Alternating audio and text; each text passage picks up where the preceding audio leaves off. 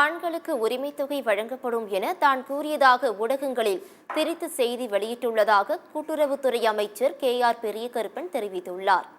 சிவகங்கையில் திறந்தவெளி விளையாட்டு அரங்கில் மாநில அளவிலான மல்லர் கம்பம் விளையாட்டுப் போட்டி நடைபெற்றது.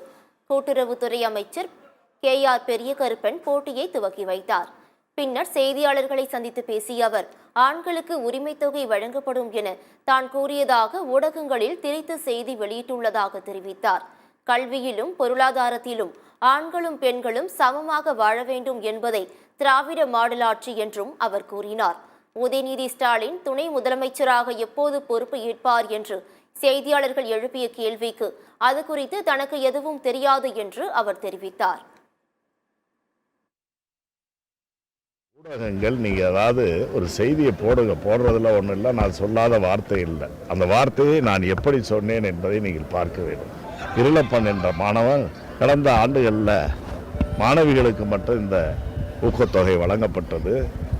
புதுமை பெண் என்ற திட்டத்தின் மூலமாக வழங்கப்பட்டது.